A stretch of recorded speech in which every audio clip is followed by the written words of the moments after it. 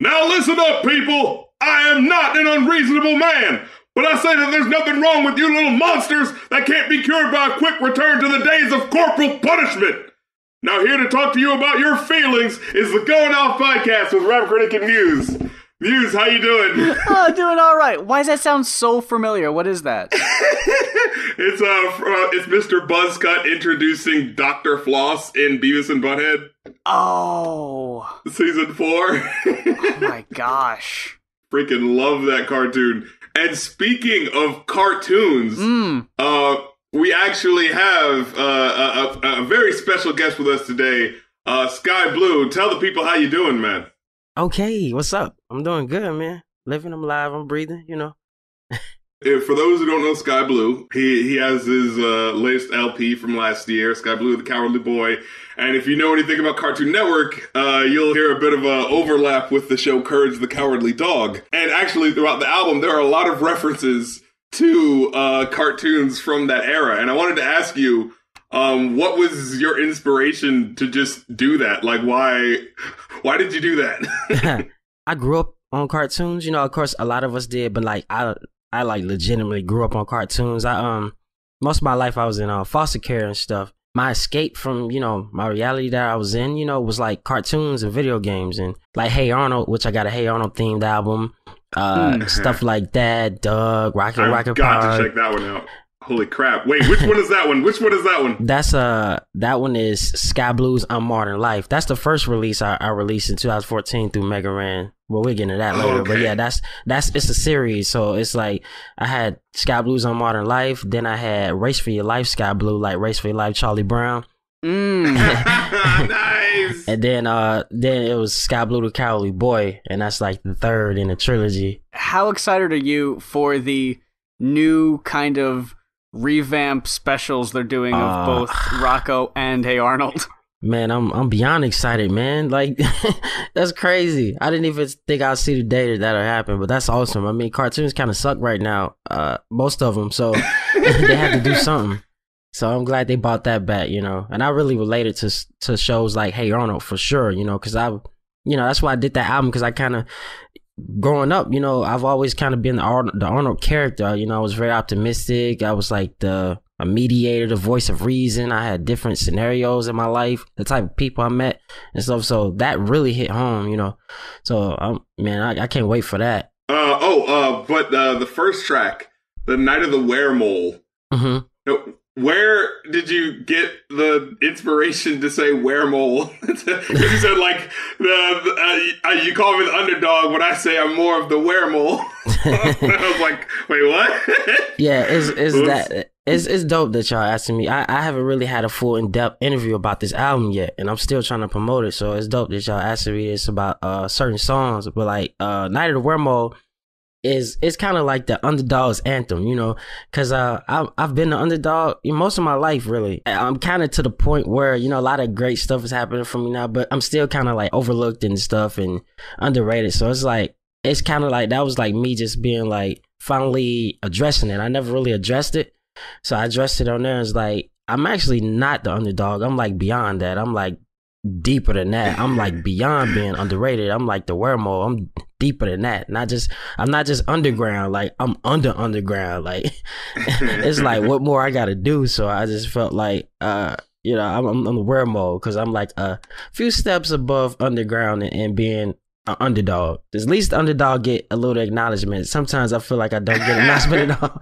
at all. Right. So I'm like, man, you know, underdog is actually doing pretty much better than I am, you know, so. Dude, I'm looking over this album and it's like every other track is like produced by, and there's so many names on here. How did you team up with all these people, or like how did you get connected with these people in the first place? Well, a lot of those people I've worked with like over the years, but every album, you know, I reach out to like you know, as people send me beats all the time and stuff, so I always try to give like new guys like a chance, you know. And so this album I may have reached out to like 2 or 3 new people. It was just like, yeah, we'll work on some stuff, and you know, as long as it fits sonically. And you know, a lot of my albums have like a lot of different producers, or like at least 5, you know, but the sound's still cohesive, you know, and it's still like, man, it's like y'all made this together, you know. There's a specific sample on there that is also used in a Mos Def song. Yeah, yeah. And it's a very rare song, and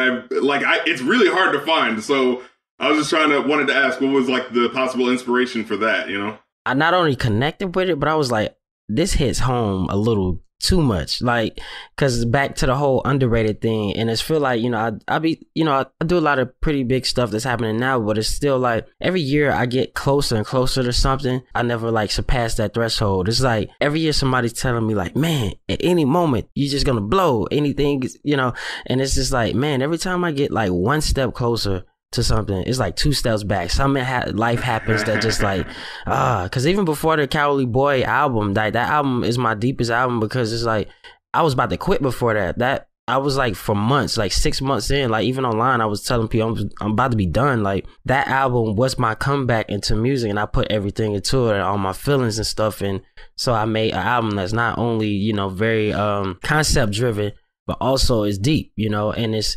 a story. It's about two different people, you know. So it's that little boy that you see on the cover and stuff, but also it kind of relates to me in a sense, but it's not directly talking about me. So it's a deep album. You got to really listen to it, you know, and follow the story. That song really hit home. You know, that was a song that I just felt like, as soon as I heard that sample, I was like, man, if this ain't the truth, man, preach, you know. So I know we can't talk too much about it because it's still a lot in the works, still very hush hush. Your upcoming dealings with Funimation.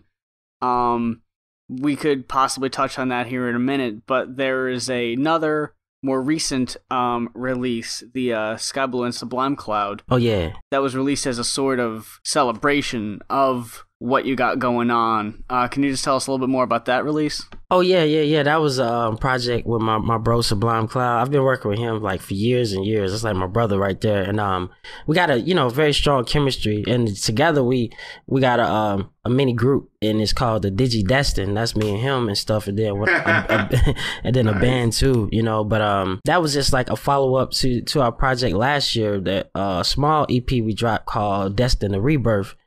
And this was Destin the Revolution because it's representing like the new state of mind that we in our evolution. You know, when people hear the music, they keep saying it gets better and better. But I was like, from here on out, after the Cowardly Boy, I was like, everything I do is gonna keep evolving, you know. And that project represented evolution for us both, you know, and growing as musically into the, you know, artists that we are. And like, you know, we captivated our sound and we grew our sound organically from the ground up. You know, everything we do, there's like, oh, that's SkyBlew, oh, that's Sublime Cloud, you know. So we just came together. We was like, all right, for this Funimation thing, we just gonna drop a free project out of nowhere. We just gonna do it as a surprise. Nobody knew it was coming or nothing, and we just was locked in the house and, you know, getting up on weekends and just knocking it out. He making the beats and we putting the samples together and, you know, writing the songs, recording and everything. And the reception has been dope. People really like it. I mean, you know, I sound kind of like, sounds like nobody else, you know, on most of my music. So they really was loving that, you know. So while I'm sure the Funimation stuff kind of came as a surprise, like I'm sure you weren't, you know, planning on that, you know, you didn't really have that in mind. Are you just kind of like taking it as it goes, or do you have a specific kind of personal goal in mind of like where you want to go or what you want to achieve? My slogan is, I don't rap, I paint the sky blue. And that's, you know, that's much deeper than just, you know, doing, you know, just rapping and making music. It's like when people first started hearing my stuff, they would be like, your songs like take us to another place. It's like very vivid. It's like a picture, you know, and you just get lost in it and you go to another place. And that's because I don't rap, I paint the sky blue. It's a lot into this one picture. Every song is a picture and a soundscape, and it's just like you can escape through, and it helps you, you know, and there's a lot going on in it and stuff, and you know, you visualize it, you know. And that's how I try to make my music. Like, it's very visual. As I'm writing these songs and stuff, I'm visualizing it. I'm like visualizing videos or like the scenarios. And if I can't get a scenario, if I can't put together a scenario for it and I can't even see it, then I just scrap it, you know. So, and that's the whole thing, is I wanted like my music to stand alone, to be able to be like, now, you know, they be like, that's SkyBlew right there. Oh, hold on. So you're saying that sometimes you'll be creating a song, because it doesn't fulfill something, you'll completely scrap it. Like, what's an example of a type of song where you've done that? Actually, a few of the songs on the Cowardly Boy, like, you know, that's a very visual album and stuff. But like a few of the songs when it first started, like Nobody Wanna Love, what was it? Nobody Wanna Love, The Sandman Sleeps, The Uncommon Cold. There was a few of those songs, and they was actually originally to different beats. And the beats were dope and stuff. And then how I started the songs, I was just like, oh, this is pretty straight, but it got to be more than that. I'm putting everything into this album, and I couldn't visualize it. It was like I was just rapping. Like, so it was just rap. So I felt like I couldn't put together a picture. So I was like, nah, that's not right. So I scrapped it, and they almost didn't make the project. And then like a month later, I got some new beats to them and stuff, and I like rewrote them and stuff. I was like, oh, there we go. That's it. I can see it, you know. So it's stuff like that, and it's a lot more that's not out, or it may come out later that I scrapped because I was just like, nah, that's not it. I can't see it. You know, if I can't see it, then I'm not gonna put it out. So it's sort of like the beat really has to match what you're trying to do with the lyrics, right? It's not just like, oh, hey, I got a hot beat, I got to write a rhyme to it. It doesn't really matter, you know, how good the beat is or how it fits. I just got to do this because, like, oh, yo, this is a hot beat and I don't want to, like, miss it. Like, it really has to measure up to what's happening in your words, right? Yeah, because it's a complete picture. You know what I'm saying? Just like like when it's painting, the canvas, the paint, the brush, everything you use, it has to complement each other. I don't want it to ever be like, that beat was hot, but the vocals there, you know, and, you know, there's a lot of songs that's out like that. Paint the Sky Blue, I want to paint pictures and I want to help people, you know, with, in the long run, you know, and people say that now, you know, like, your songs really helped me, your albums got me through this, and that's the whole Sky Blue thing, because it's like, you know, the gray sky analogy, where, you know, you see gray skies, you think of gloom, despair and stuff, and blue skies being like hope, peace, you know, looking forward to brighter days, optimistic and stuff. And that's what my songs, that's what I want to do in the long haul with my songs. I want to be able to do that for people and help them get through whatever they're going through in life and make a difference, you know, and spread love and good music, you know. So that's what I want to do. So I read a couple days ago that Sony had actually acquired Funimation, and you were the first person I thought of, because I was just like, me and Darren have kind of been down that road before, and where we were on a website that got bought out by another website that got bought out by Disney, and we were like, oh my god, what's gonna happen here? Who approached who first? Did you reach out, or did they find you? Like, I was on tour with Megaran and MC Lars in March. One morning it was like, you want to go to Funimation? I was like, what? It's as a tour, you know, out of nowhere, you know, and I was just like, yeah, this is amazing. You know, I'm already getting, you know, nervous and stuff. They gave us a real nice tour. It's huge, you know, and a lot of ins and outs of everything. And we got to see, like, you know, the studios and stuff, and even some voice actors. It was really dope. You know, my hands sweating and stuff. I'm like freaking out and stuff.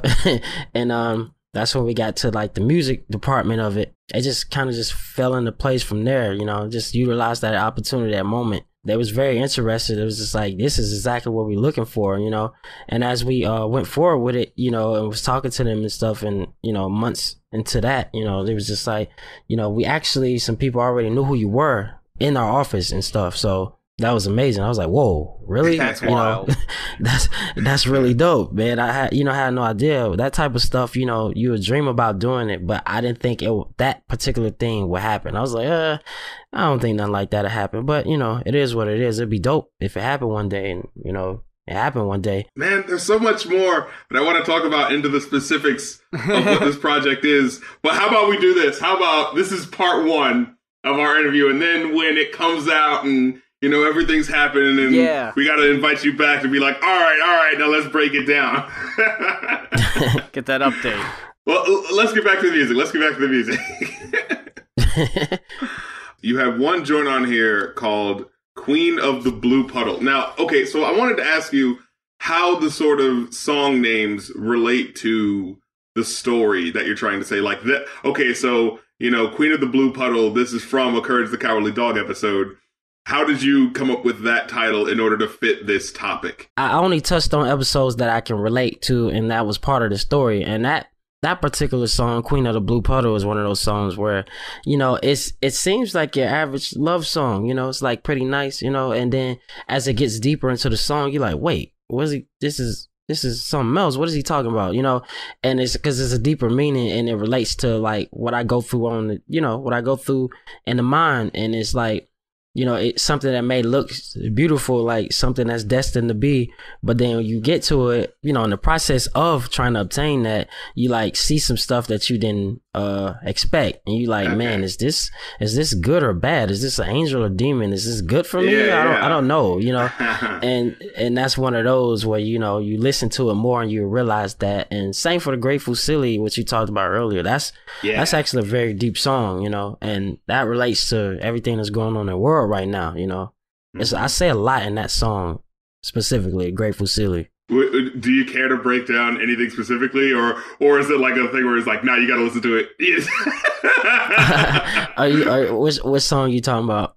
Okay, so the Ballad of Freaky Fred and the Grateful Silly were the most interesting ones to me. Now the Freaky Fred, I remember that episode. Freaky Fred, it wasn't he the one who was like, I shaved the dog and it was naughty. Like, was that the one? Yeah, I was he would tell a story about something that happened, and then everything was all cool at first, and then he just get carried away, and he was like, that's when I was naughty. Yeah. So for instance, how does that episode tie into what's going on in this song?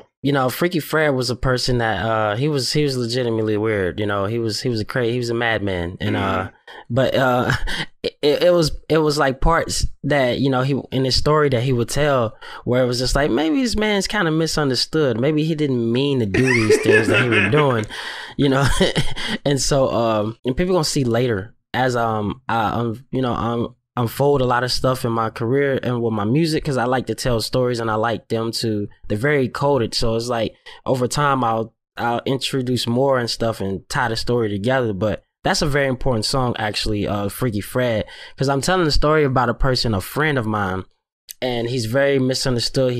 They're looking at him like he's weird. Like, why he look like that? Why he's just off to himself, and the stuff that he would do, that he was kind of outcast and stuff. And then the second verse, it kind of goes into his mind and what he's telling me. He's just like, about being yourself and, not worry about what people think about you and the way you look at the world. In a way, I'm like Freaky Fred, but, minus the shaving the dogs and whatnot. Yeah, I don't do that. So yeah. So or maybe you do. You don't have to tell us. Nah. He's Freaky Fred is like, he's there's a lot of people that can relate to Freaky Fred, like particularly not the show, but like this particular story that I told. Yeah. There's a lot of people that's like, yeah, man, I felt the same way. People looked at me, the cool kids, they kind of like shunned me and stuff, and because I didn't blend in with them and stuff, and it was actually, I feel like you're cooler than them, actually. You're just being yourself and doing what you love to do, You're taking the aesthetic of that character and applying it to the reality of this new story that you're trying to tell, right? Yeah, exactly. Yeah. Cool. And it's a double meaning too, so. Yeah.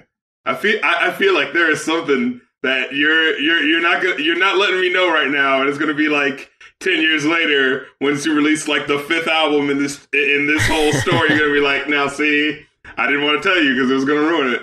All right. Hey, you might be right, bro. You might be right. You might be right. Cryptic mofo. Okay. But I mean, pay attention to the way I word stuff. Like, I ain't gonna say too much. But like, why did I name Night of the Weremore? Why did I spell where that way? That's I was wondering about that. I was like, wait, is it not the one? I was afraid to say it because I thought I might come off as stupid if I asked the question. Like why you spelled it like that? That's I can't say too much, but that's a hint. All right, damn it. All right, that's another question I'm going to have to ask in the follow-up interview. A lot of people who aren't really wise to like what hip-hop is all about, they look at it and it kind of gets a bad rap of being like too simplistic. Like they just know what's on the radio and it's like, well, it's all about, bragging about money, bragging about cars or whatever.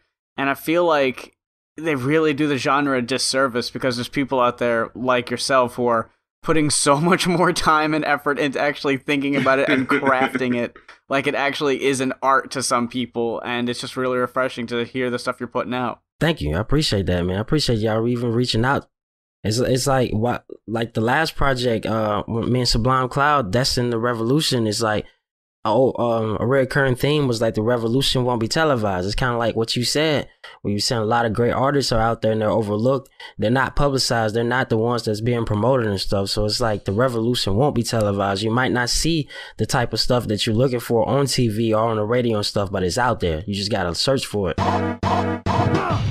So, here's something that happened like 2 years ago or so. You know how we're always behind on everything, but I remember this being 2 years ago. But normally it's like a week. So I thought you were gonna talk about Mooch, a story that we entirely missed. No, I wanted to talk about something. So, like, have you ever seen that picture of like Kanye West and Kim Kardashian looking at somebody like as they fell and then just like walking past them? I knew it was Amy Schumer because I remember when it happened. And people were like, was that for real? Was that like a stunt? And no one was really sure. But it's like, it's not even a good stunt. Like, all right. It's not a good story. Yeah, like when Sacha Baron Cohen, when he does a stunt, it's funny.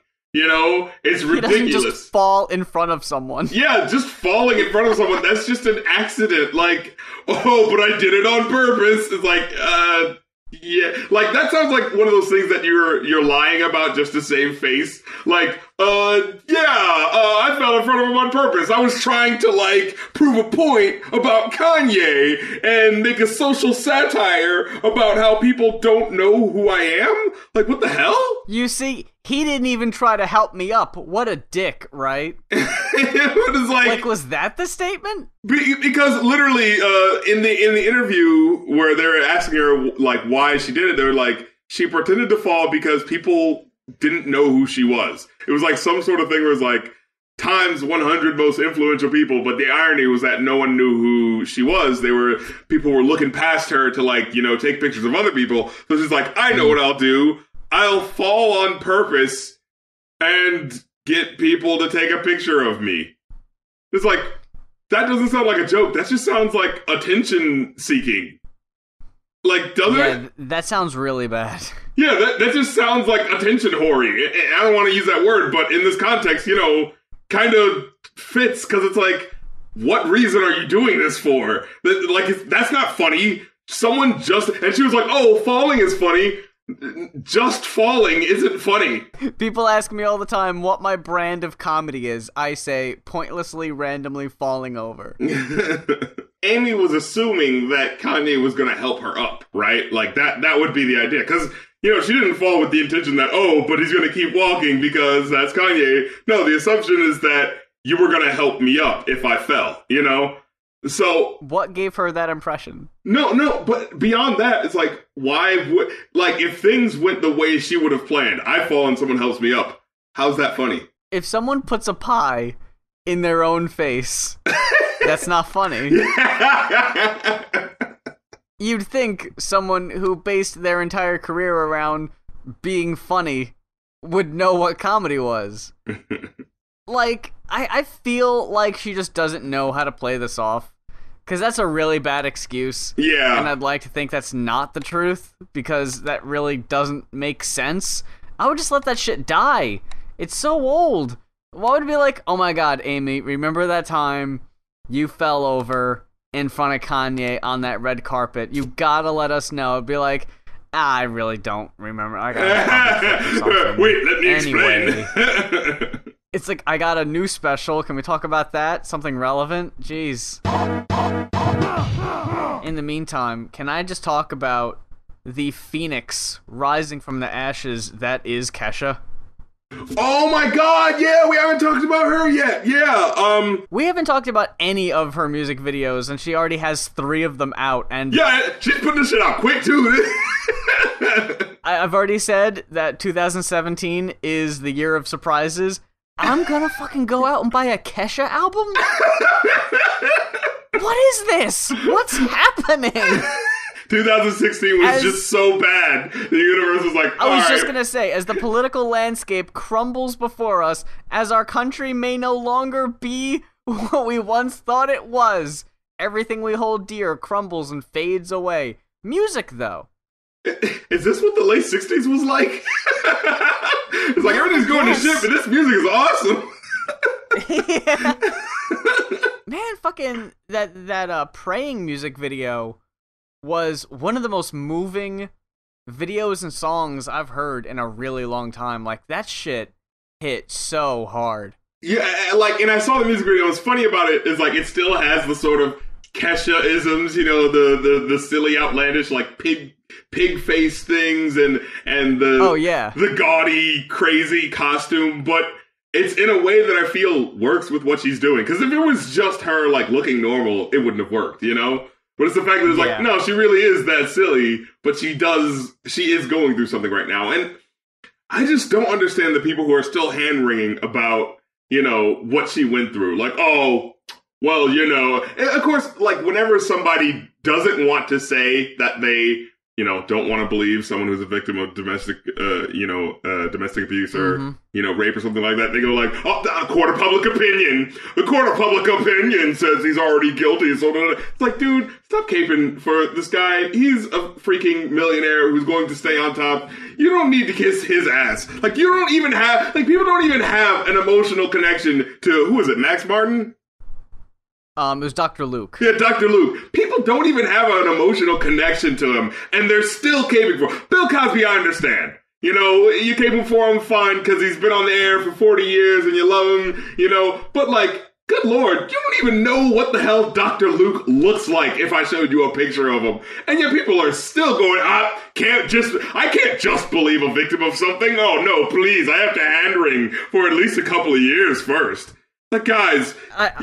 You are the people... And they're doing it for no reason. Yeah, you are the people that they're going to be talking about in a couple of years when they do the Kesha documentary, when they say, you know, despite the fact that she went through something horrible, people still, you know, didn't believe her and hate her. You guys are going to be the antagonistic force in that future Kesha biopic. Do you guys not see this?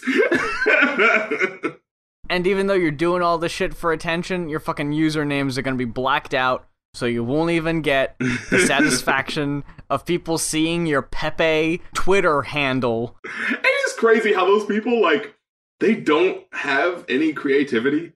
Like, anytime it's someone who is, you know, the type of person that, like, as soon as I see their avatar, my face just sort of blanks out whatever they're saying and goes to the next comment. Like, I have an internal, like, mute button. It's always someone who has, like, an anime avatar and says, like, the atheist, skeptical, anti-SJW.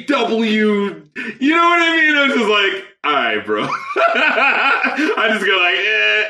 I retweeted something just earlier today. And it was like, oh, so-and-so has liked your tweet. And I was like, oh, who liked my tweet? Oh, someone with a frog emoji in their Twitter handle. Blocked.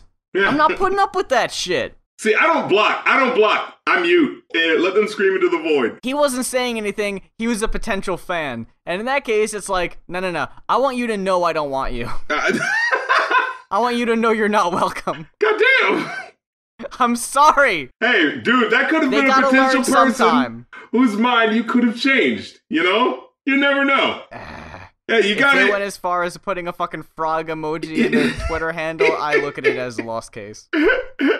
Or someone I don't care enough about. Like, if someone I knew really close, like a fellow reviewer or like content creator on YouTube, suddenly started talking some red pill shit, I wouldn't mute them or block them like right away. I'd be like, hey, you know, can we talk about this? What happened? Then I'd care. Then I have some emotional attachment, a reason to find out what happened or possibly turn this person around. This is some random schmuck on Twitter. I don't fucking care. So, okay, here's something I've noticed. On YouTube, have you noticed people have been doing a lot of, like, cartoon show streams? Dude, I'm looking at it right now! I was watching a live stream of Let's Play before we got started, and yeah, you just scroll over. Oh shit, it just went away. It's always Damn it. Family Guy, full episodes 2017, or Adventure Time season 8 full episode, or South Park, or Rick and Morty. It's always those specific shows, you know? Right now, I'm looking at 2 people side by side who are streaming King of the Hill episodes. And it's How are you doing that? First of all, why is it cartoons? Why is it only cartoons? And second of all, like, how are they getting away with this? I just clicked on this live stream. It's not edited in any way. It's just presented as is. The people who are doing this, they're going to fuck it up for everybody. I hope they realize that, right? Like, because here's the thing. These people realized that they couldn't upload episodes of Family Guy to get subscribers. So what they're going to do is they're going to live stream them so they can get people watching them, I guess. I don't understand what's the point of doing this.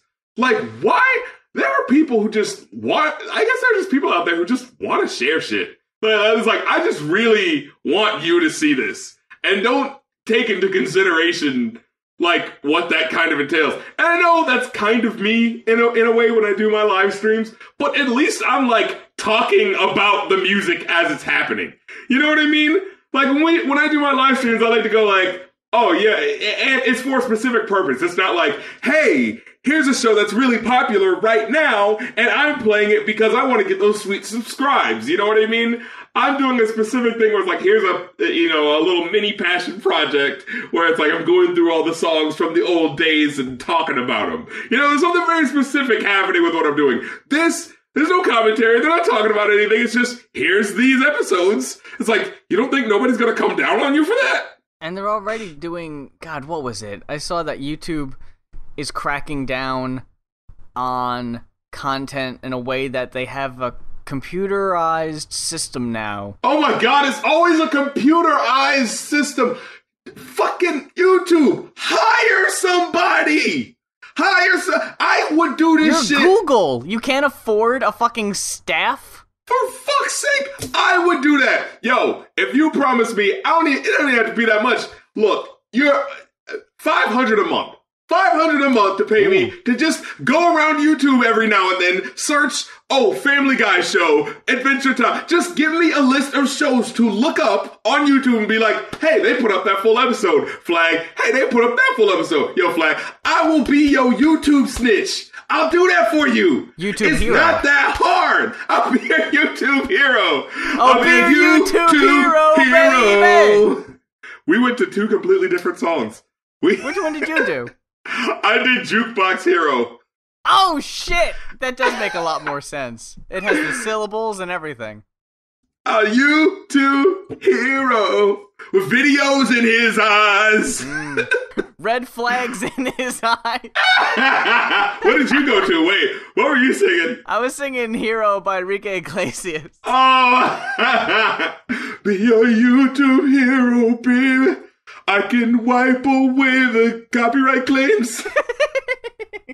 Like, is it really that hard? Like, is it that emotionally taxing to put forth the amount of people that you would need just to, like I said, it doesn't even need to be, you gotta go hardline. Just pay someone like, hey, while you're cruising our site, YouTube, every now and then, if you see something that's kind of bullshit, just go like, oh yeah, that's bullshit.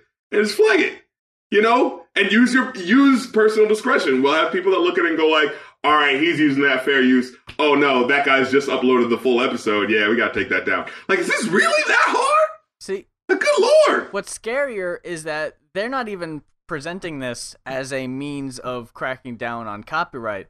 They're doing it as a means of cracking down on, like, extremist, violent content. The kind of stuff that brought upon the adpocalypse that had all the advertisers pulling their shit from YouTube a few months back.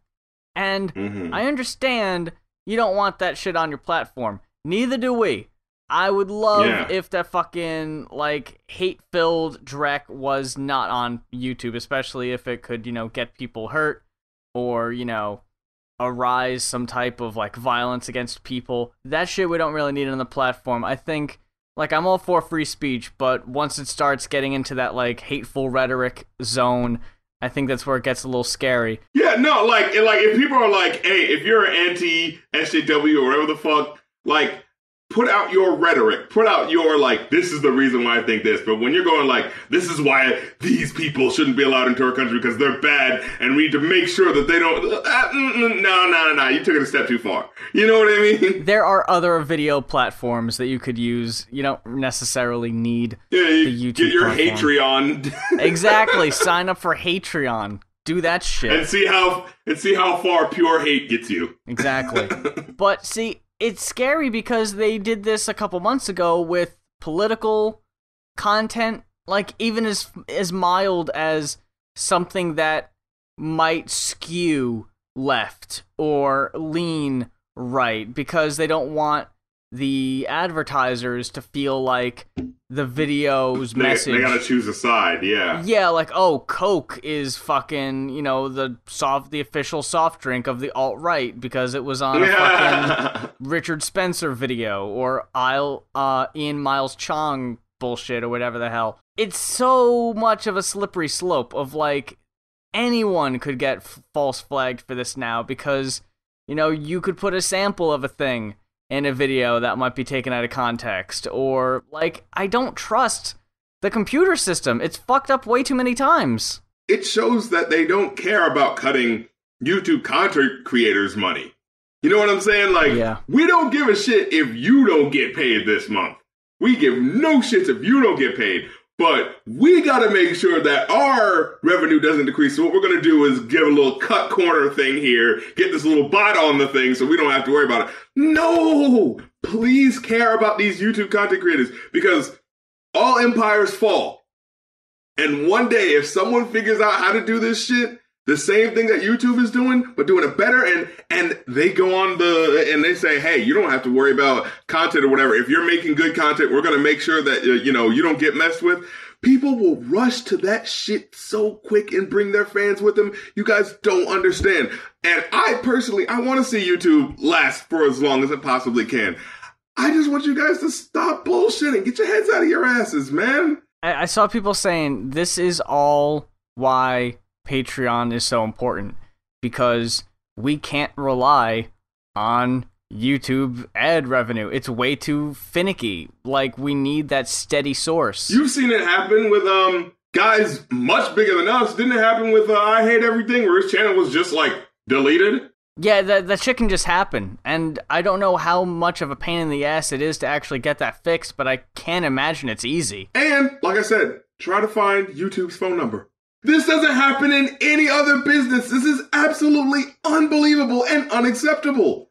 And, you assume that, like, maybe I'm still sort of childish on this, but I just assume that if you've got all this shit running, you got a big company, you've got a business, everyone knows your name the world over. If you say YouTube, people know what you're talking about.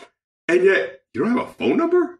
Like, my dude, Jesse's flower shop on the corner or whatever, they have a phone number. How do you not have a phone number? How do you not have a reliable customer service? Like, you have to be doing that on purpose. Oh, but you can sign up for the creator, whatever the hell.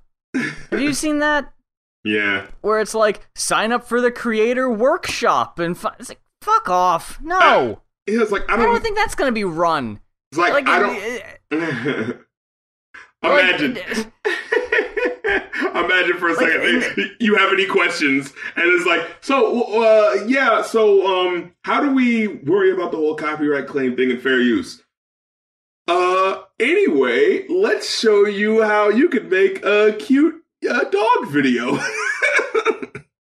Like, I imagine in the back of my head initially, like, it's a little community college classroom where you're sitting down with the professor, and you're just rapping back and forth. You got like 10 people in the room max, and you're all just sitting around bouncing ideas off each other, really funny, when in reality it's probably just a fucking video you watch that you can't even interact with. Or no, here's where they go. See, here's what you do. It's like, meanwhile, we're trying to ask questions about, like, copyright claims and, how to really get our videos up to the fullest. What equipment can we use? And they're just going like, well, if you tell people to like your video and comment and subscribe, that will increase your account. Yeah, but what about the content of the video? See, that doesn't really matter, but... You know what I'm saying? It's like if they say, if you tell people to like, comment, and subscribe, they'll do it. Bullshit! No, the fuck they don't. You serious? Like people, all they do will fucking laugh at you and say that you're, doing this shit. It was like, dude, I need to though.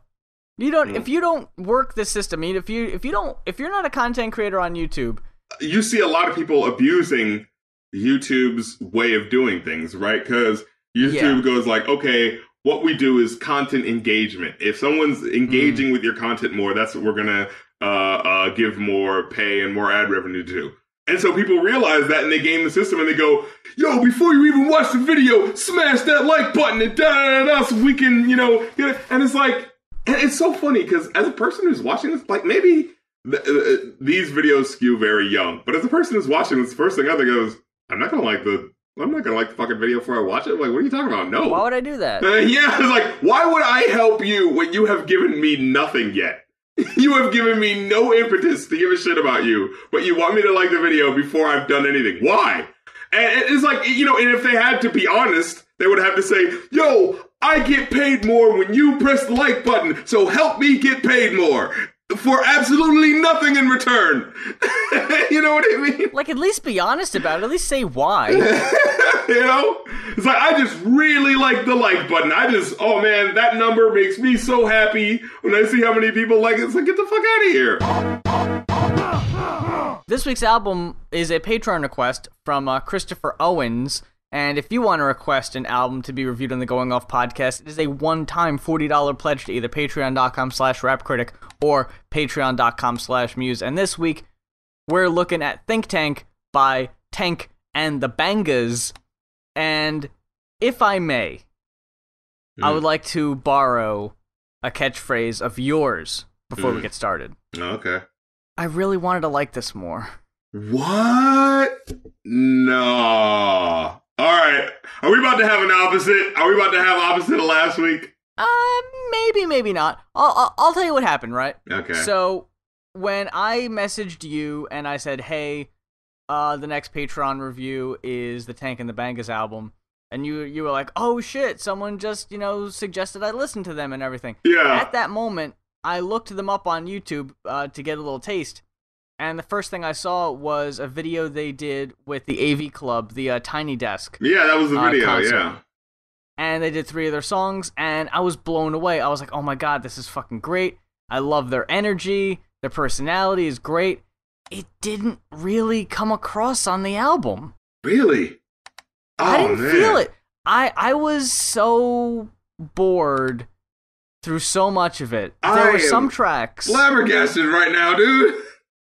Well, okay, maybe it is a fucking reversal from last week. Oh, first of all, can I just say her hair is like the most amazing thing? Like in that video, like it's as big as her like head.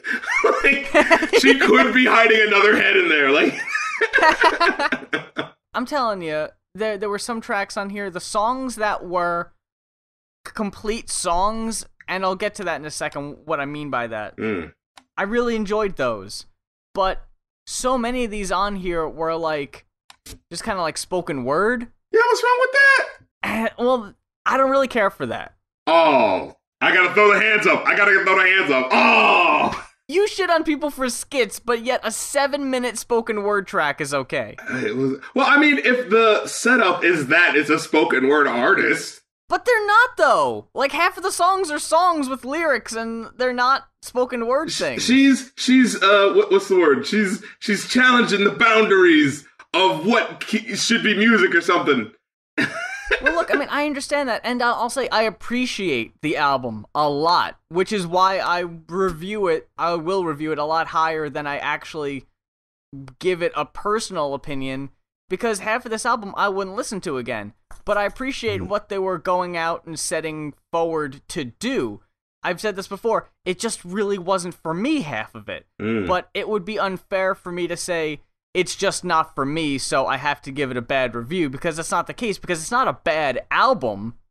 There are just songs I thought were boring. Man, I absolutely love every concept. I felt like was a new and interesting and just sort of like fun concept. Like with every song, I was like, what's gonna happen now? That's what I was thinking when I listened to every song. I love the intro where they did the rundown of all the sort of like, classic, black R&B singers of the past. That was so cool. I love the boxes and squares. I loved how it switched up in the middle. And, there's so many good moments that happen in these songs that I don't want to say what they are. In fact, I would even say don't even look at the track list when you're listening to this album, because there's one song in here that I wasn't expecting, because I was like, I was, doing something else. I wasn't paying attention, and I wasn't paying attention to the, songs. I was just listening. And then it's, what song I'm about to say.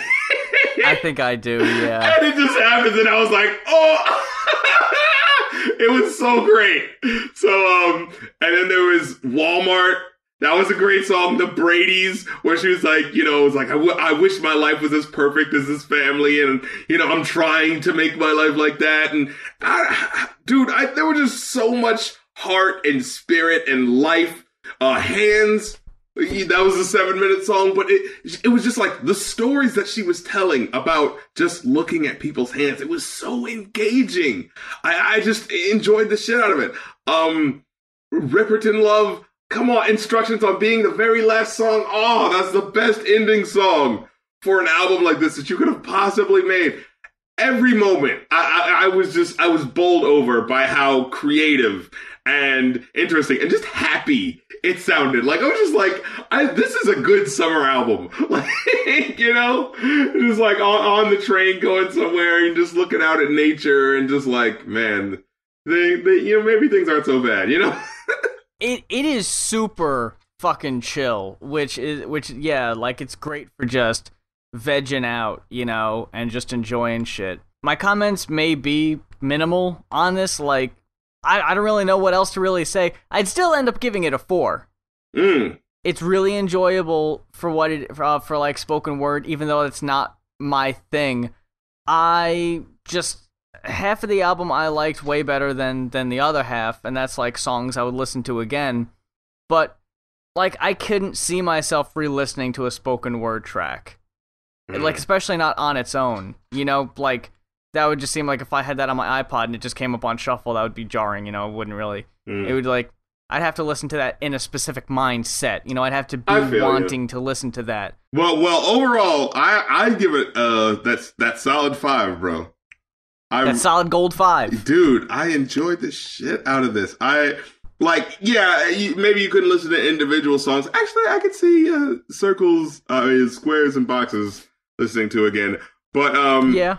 Yes, it is a very, they have a full album thing. This is something to listen to all the way. This is those long drives, type of music, and you need something to listen to, Yeah. So, yeah, and roller coasters. I loved roller coasters. That roller coasters is a great track. That shit literally made me want to go to Six Flags. Like, and just talking about, what roller coasters are and how they affect you. And like, it's like, why do people like roller coasters? And it's just sort of exploring that and the way the music sort of builds with it too. Like, about the twists and the turns. It's great, man. You gotta listen to it.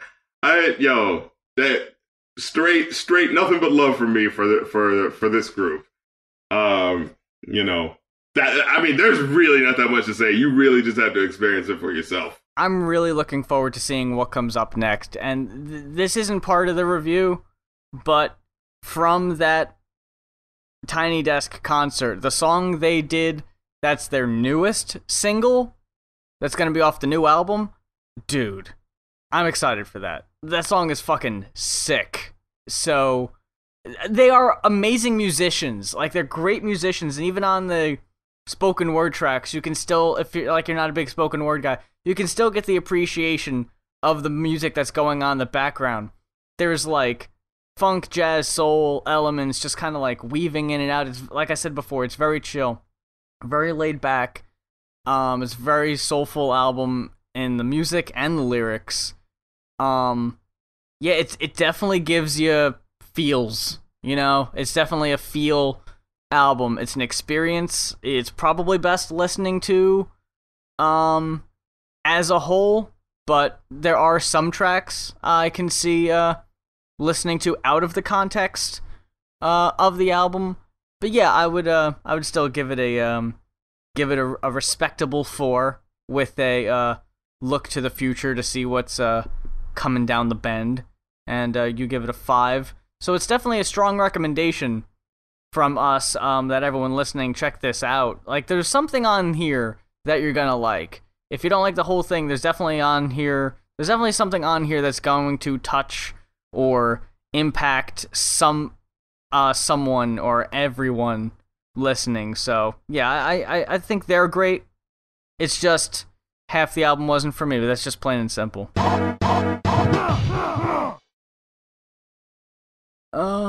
Outro. Well, that about does it for this week's episode of the Going Off podcast. Big thanks to our pal SkyBlew for coming in like we're in the studio. This setup is a lot simpler than you guys think it is. It's not as glorious as a setup as you might think. But yeah, he's got big things coming down the road, so look out for him. Definitely keep an eye open for SkyBlew. Check out his Bandcamp, his albums, Courage the Cowardly Boy, and Destined the Revolution with Sublime Cloud. Great stuff, great guy. Looking forward to having him on again down the road to give us an update on what he's got going on. And definitely look out for Tank and the Bangas. On the tails of that was a Patreon requested album review. You might be wondering why we're talking about an album from 2013. It's because someone paid us, and they requested it. It's as simple as that. And if you have an album that might be a little older, hell, even it might be brand new, but you think, man, Rap Critic and Muse aren't going to talk about this because it isn't their typical shit, or whatever. You know, it's a little overlooked, maybe. $40 pledge to either patreon.com/rapcritic or patreon.com/muse. You can request an album to be reviewed on the podcast. There's a little bit of a wait. Don't mind that. We do eventually get to all the reviews, so keep that in mind. We'll never let you down, and all that stuff. We'll never run around and desert you. Well, for the Going Off podcast this week, I'm Rap Critic. And I'm Muse. And holy shit, Rick and Morty's back, bitch!